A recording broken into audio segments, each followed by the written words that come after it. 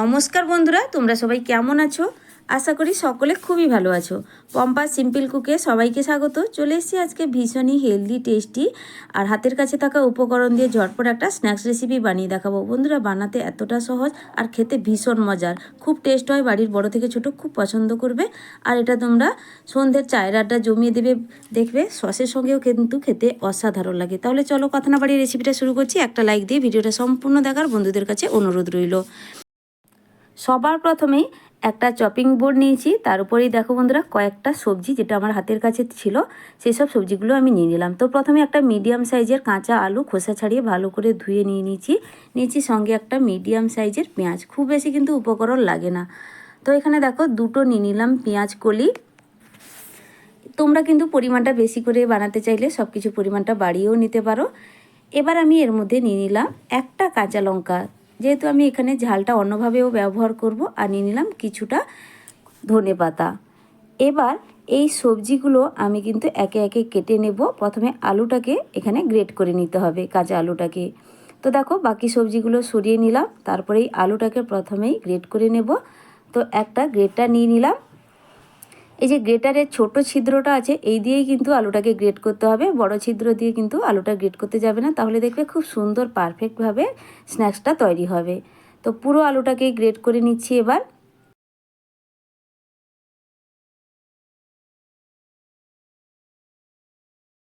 আলু পুরোটাই গ্রেট করা হয়ে গেছে। এবার এই আলুটাকে জল পাল্টে পাল্টে 2 থেকে 3 বার কিন্তু ধুয়ে নিতে হবে একদম পরিষ্কার করে। তো দেখো গ্রেটার থেকে পুরো আলুটাই আমি ছাড়িয়ে নিলাম।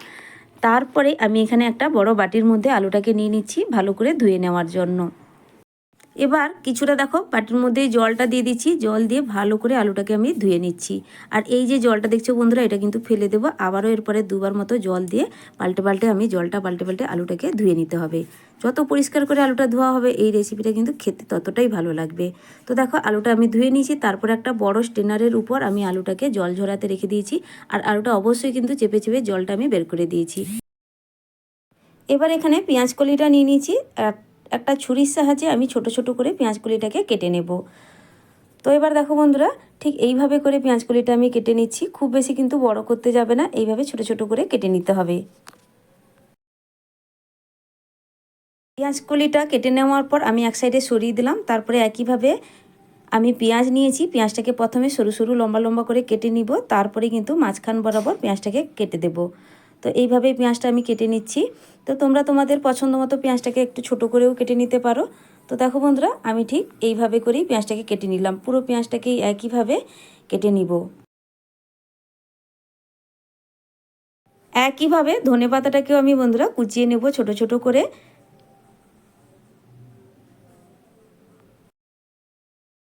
তো বন্ধুরা দেখো এখানে কাঁচা লঙ্কাটাকেও একইভাবে কুচিয়ে নিয়েছি। সব সবজি সুন্দর করে কেটে নেওয়ার পর একটা মিক্সিং বোলের মধ্যে সব সবজিটা প্রথমে তুলে নিচ্ছি।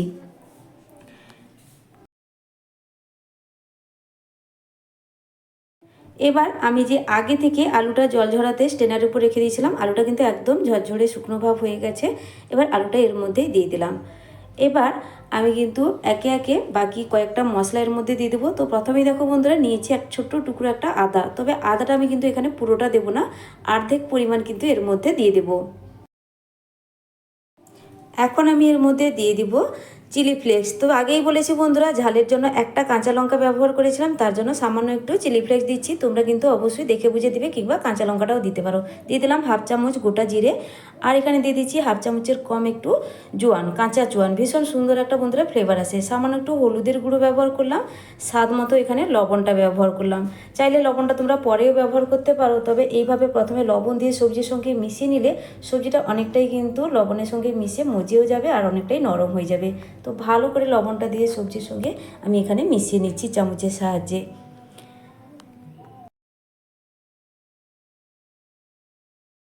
খুব ভালোভাবে মশলাটা মিশিয়ে নেওয়ার পর এবার দেখো বন্ধুরা, আমি ব্যবহার করছি চালের গুঁড়ো। এখানে 3 টেবিল চামচ চালের গুঁড়ো দিয়ে দিচ্ছি, তাতে স্ন্যাক্সটা ভীষণ সুন্দর মুচমুচে হবে খেতে।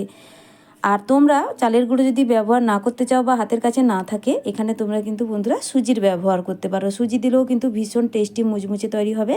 এরপরে এখানে দিয়ে দিচ্ছি আটা, যেটা আমরা রোজকার রুটি বানাই, ওই গমের আটাই ব্যবহার করছি। এখানে দিয়ে দিব 4 টেবিল চামচ গমের আটা। তো এবার দেখো বন্ধুরা, পরপর দিয়ে দিলাম 4 টেবিল চামচ। খুব ভালোভাবে এবার হাতে আমি কিন্তু সব চালের গুঁড়ো আর আটা এই মশলা সবজির সঙ্গে হাতে একটু মেখে নিচ্ছি। তোমরা চামচের ব্যবহার করতে পারো মেশানোর জন্য, তবে হাত দিয়ে মেশালে কিন্তু সব থেকে বেশি ভালো হয়। এখন কিন্তু আমি জলের ব্যবহার করছি না, জলটা একটু পরেই ব্যবহার করব। প্রথমে শুকনো অবস্থায় ভালো করে একটু মিশিয়ে নেব। এখানে কিন্তু বন্ধুরা আমার দুটো মশলা দেওয়া আরও এখনও বাকি আছে, সেটা একটু পরেই ব্যবহার করছি। আমি তোমাদেরকে দেওয়ার সময় দেখিয়ে দেব। প্রথমে কিন্তু এইভাবে শুকনো অবস্থায় মিশিয়ে নিতে হবে। এখন আমি দিয়ে দিচ্ছি, দেখো বন্ধুরা, হাফ চা চামচ এখানে আমচুর পাউডার। ভীষণ সুন্দর মুখরোচক চটপটা টেস্ট আসবে। আর তোমরা আমচুরের জায়গায় চাট মশলা কিংবা লেবুর রসও ব্যবহার করতে পারো, ভীষণ ভালো লাগবে খেতে, মুখরোচক তৈরি হবে। আর দিয়ে দেবো এখানে হাফ চা চামচ গরম মশলার গুঁড়ো। এই দুটো মশলা দেওয়াতে এই স্ন্যাক্স ভীষণ ভালো লাগে। তো এবার দেখো জলের ব্যবহার করছি। জলটা দিয়ে এখানে একটা থকথকে ব্যাটারের মতো করে তৈরি করতে হবে, না বেশি একদম ঘন হবে, না বেশি একদম পাতলা করে ব্যাটার তৈরি করতে হবে। আর জলটা এরকম অল্প অল্প বারে বারে দিবে, তাহলে কিন্তু একদম পারফেক্টভাবে এটা মেখে নেওয়া হবে।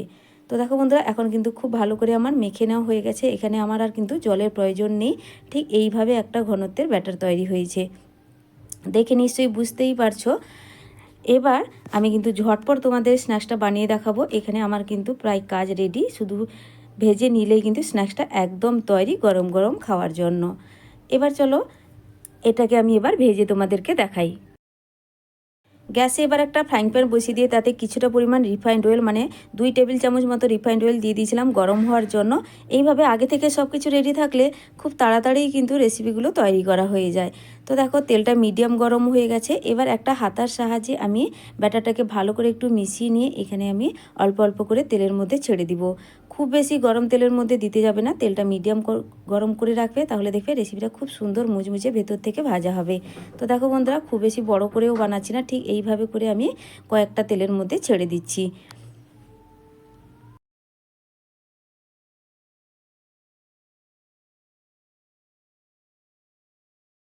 এবার কয়েকটা তেলের মধ্যে ছেড়ে দেওয়ার পর সাইড থেকে গরম তেল ওপরের দিকে একটু ছিটিয়ে দিচ্ছি, যাতে ভেতরের দিকটা সুন্দর করে ভাজা হবে আর ওপরে সুন্দর একটা কালারও চলে আসবে। তো দেখো বন্ধুরা, আমি কিন্তু এখানে ডোবা তেলে স্ন্যাক্সগুলো ভাজছি না। তোমরা চাইলে আর একটু বেশি পরিমাণে তেল দিয়ে ডোবা তেলেও ভাজতে পারো, তবে কিন্তু অল্প তেলে স্ন্যাক্সগুলো খুবই সুন্দর মুচমুচে করে ভাজা হয়, কোনো রকম অসুবিধা হয় না, খেতে কিন্তু খুবই ভালো লাগে।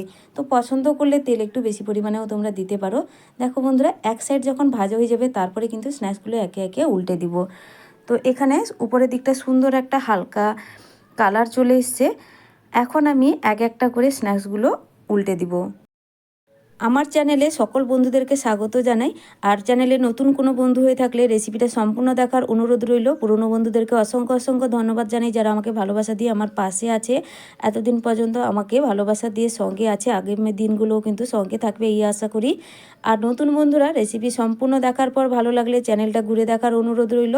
আমার চ্যানেলে তোমরা পেয়ে যাবে নিত্য নতুন সহজ সহজ হাতের কাছে থাকা উপকরণ দিয়ে আমি প্রায় সময় টিফিন স্ন্যাক্স এই জাতীয় রেসিপিগুলো শেয়ার করি। যদি রেসিপিগুলো তোমাদের ভালো লাগে তাহলে একটা লাইক আর সুন্দর একটা মতামতের মাধ্যমে জানাবে। আর চ্যানেলটি অবশ্যই সাবস্ক্রাইব করে রাখবে এইভাবে সহজ সহজ রেসিপি পাওয়ার জন্য। বন্ধুরা, রেসিপি ভালো লাগলে আমার পাশে বন্ধু হয়ে থাকবে বন্ধুরা। আর পাশে থাকা বেল আইকনটা অবশ্যই প্রেস করে রাখবে সাবস্ক্রাইব করার পর, তাহলে নিত্য নতুন রেসিপি সবার আগেই নোটিফিকেশান তোমাদের কাছে পৌঁছে যাবে। তো দেখো একে একে স্ন্যাক্সগুলো আমি উল্টে দিচ্ছি, খুব সুন্দর একটা উল্টো দিকের কালার চলে এসেছে।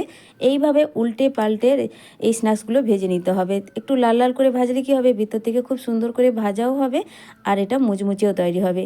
আর A to Z বন্ধুরা, গ্যাসের ফ্লেমটা তোমরা কিন্তু মিডিয়ামে রেখেই স্ন্যাক্সগুলো ভাজবে, তাহলে কিন্তু খুব সুন্দর হয় খেতে, ভাজাটাও খুব সুন্দর হয়। এবার দেখো খুব সুন্দর যখন একটা কালার চলে এসেছে, আমি কিন্তু স্ন্যাক্সগুলো একে একে তেল ঝরিয়ে তুলে নিচ্ছি। আর বাকিটাও কিন্তু এই তেলের মধ্যেই ভেজে নেব। আর খুব বেশি কিন্তু এটা ভাজার জন্য তেলের প্রয়োজন হয় না। তো দেখো সবটাই ভেজে নেওয়া হয়ে গেছে। এবার একটা প্লেটে সাজিয়ে নিয়েছি। দেখতে কতটা লোভনীয় লাগছে, দেখতেও যেমন সুন্দর হয় বন্ধুরা, এগুলো খেতেও ভীষণ টেস্টি। সসের সঙ্গেও যেমন খেতে ভালো লাগে, চায়ের আড্ডা কিন্তু জমিয়ে দেবে। গরম গরম চায়ের সঙ্গে এই স্ন্যাক্স মুচমুচে স্ন্যাক্সগুলো খেতে কিন্তু ভীষণ ভালো লাগে। বাড়ির বড় ছোট সবাই কিন্তু ভীষণ পছন্দ করবে। আর হ্যাঁ, বাচ্চাদের জন্য বানাতে চাইলে ঝালের পরিমাণটা একটু কম দিয়েই করবে, তাহলে বাচ্চারাও কিন্তু খুব সুন্দরভাবে খেতে পারবে।